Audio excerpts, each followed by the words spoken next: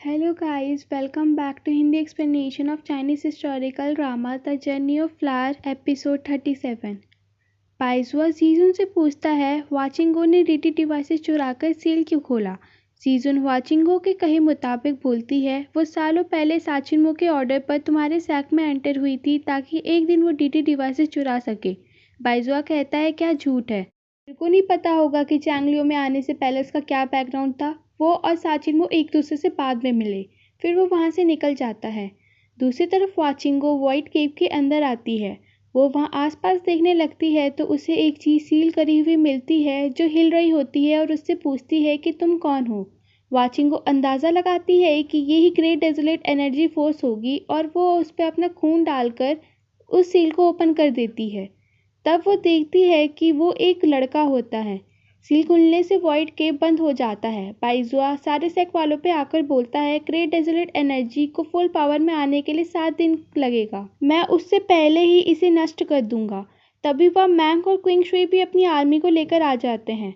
बाइजुआ white केव को destroy करने ही लगता है लेकिन होली रूलर उसे रोक देते हैं और दोनों सेक में लड़ाई शुरू हो जाती है।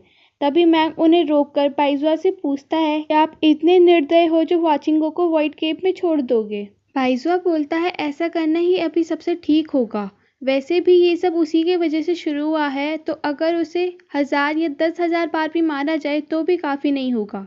व्हाइट केव के अंदर वो लड़का वाचिंगो से बोलता है दीदी मुझे यकीन था कि एक दिन कोई ज़रूर मुझे यहाँ से बाहर निकालने आएगा।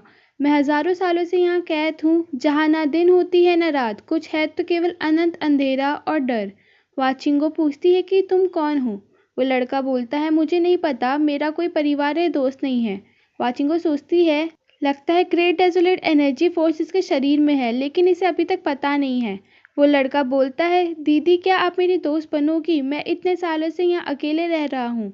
वाचिंगो को याद आता है कि कैसे वो भी बचपन में ऐसी ही अकेली थी, अगर उसका टीचर का साथ उसे नहीं मिला होता तो उसकी ज़िंदगी में भी अंधकार होता।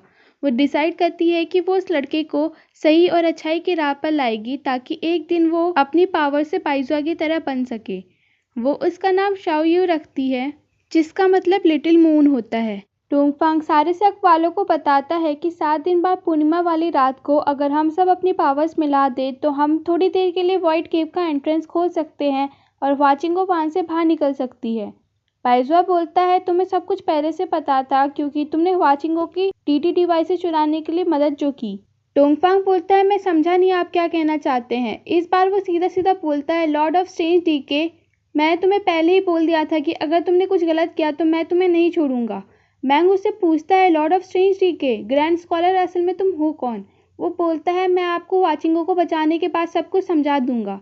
फिर साचिनमो बोलता है जब तक हम वाचिंगो को बचा सकते हैं तब तक मैं सभी सेक्ट वालों के साथ कोऑपरेट करने को तैयार हूँ।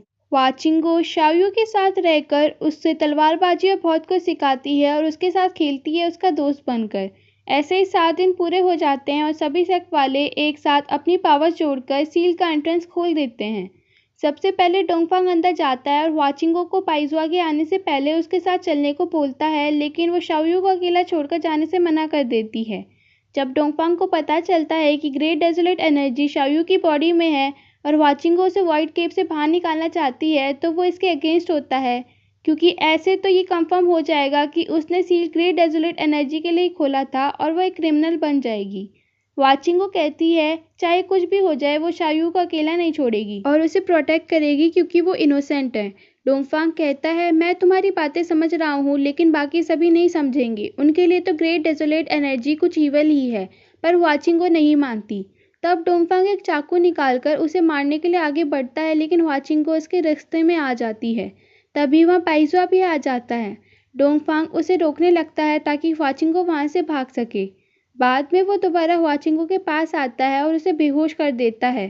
फिर वो शाओयू को मारने की कोशिश करता है लेकिन शाओयू उसे अपनी पावर से रोक देता है और ग्रेट डेजोलेट एनर्जी फोर्स वाचिंगो के शरीर में ट्रांसफर करने लगता है। वो कहता है दीदी अगर ये सब मेरी शरीर की पावर की वजह से हो रहा है तो मैं इसे आपको दे देता हूँ ताकि आप इससे अपनी रक्षा कर सको और दुनिया को भी बचा सको। सारी पावर्स देने के बाद वो एक कोने में जाकर छिप जाता है। डोंगफांग वाचिंगो को संभालता है, लेकिन तभी वहाँ पे पाइजुआ आ जाता है। डोंगफांग बोलता है 20 सालों से मैं तुम्हारी जिंदगी बदतर बनाना चाहता था, लेकिन मैं तुम्हारी तरह इतना भी पत्थर दिल नहीं हूँ। बाइजुआ बोलता है 20 साल पहले मैंने कुछ गलत नहीं किया था, अगर अब भी वो होता तो मैं वैसे ही करता जो तब किया था। सही सही होता है, गलत गलत। डोंगफांग बोलता है सुनने में कितना अच्छा लगता है ना, सही सही होता है, गलत गलत, लेकिन सच्चाई मैं बताता हूँ। ग्रेट डेजोलेट एनर्जी फोर्स को खोलने के लिए मैंने एक भी डीडी डिवाइस नहीं चुराया।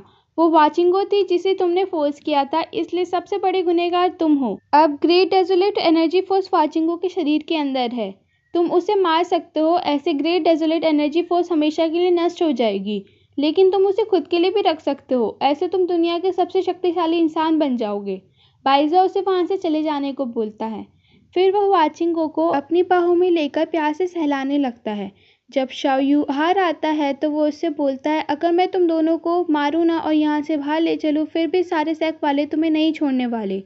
वो वाचिंगो से कहता है भाग्य की सारी कठिनाइयाँ मैं तुम्हें अकेले कैसे सहने दे सकता हूँ। वो एक फॉरबिडन टेक्निक का इस्तेमाल करके उसके शरीर में जो ग्रेट डेजोलेट एनर्जी थी उसे सील कर देता है। आगे साचिनो उसे ढूंढते हुए वहां आ जाता है और वाचिंगो को अपने साथ ले चलने को बोलता है, लेकिन बाइजुआ बोलता है वो अपनी डिसाइपल को खुद संभाल लेगा।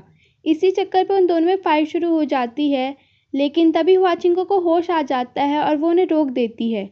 वॉइड केव का एंट्रेंस जल्दी ही बंद होने वाला था, तो सभी पहले वहां से बाहर निकल आते हैं। वाचिंगो साचिन्मो से बोलती है कि वो चैंगलियो जाकर पनिशमेंट लेने के लिए तैयार है, लेकिन वो बोलता है इस बार अगर तुम चैंगलियो गई तो यानी अपनी मौत को गले लगाने जैसा है। वैसे भी अगर तुम आज नहीं होती तब भी हम ग्रेट डेजोलेट एनर्जी के लिए लड़ना ही था। वो उन पे हमला करने लगता है, लेकिन वाचिंगो बीच में आ जाती है। तब साचिन्मो रुक जाता है और उसे पाइजुआ के साथ जाने देता है। दूसरी तरफ डोंगफांग बोलता है वाचिंगो मेरा इंतज़ार करना, मैं अपने तरीके से तुम्हें बचाने ज़रूर आऊँगा। फिर वो अपना लॉर्ड ऑफ स्ट्रेंज डीके वाला मास्क देखता है और उसे पानी में फेंक देता है। चैंगलियो में बाइजुआ वाचिंगो के पास आके पूछता है उसने डीडी डिवाइसेस क्यों चुराए थे। वो बोलती है मैं चैंगलियो में आई थी होली रूलर के लिए डीडी डिवाइसेस चुराने को। बाइजुआ बोलता है मैं एक और बार पूछता हूँ तुमने डीडी डिवाइसेस क्यों चुराए थे। वाचिंगो बोलती है मैंने जो किया मैं उसकी पूरी रिस्पॉन्सिबिलिटी लेती हूँ, पर शाओयू की इसमें कोई गलती नहीं है, वो बेगुनाह है, प्लीज़ उसे जाने देना। बाइजुआ कहता है तुम्हें कल सजा दी जाएगी, क्या तुम्हें कुछ और भी बोलना है। वाचिंगो कहती है ना।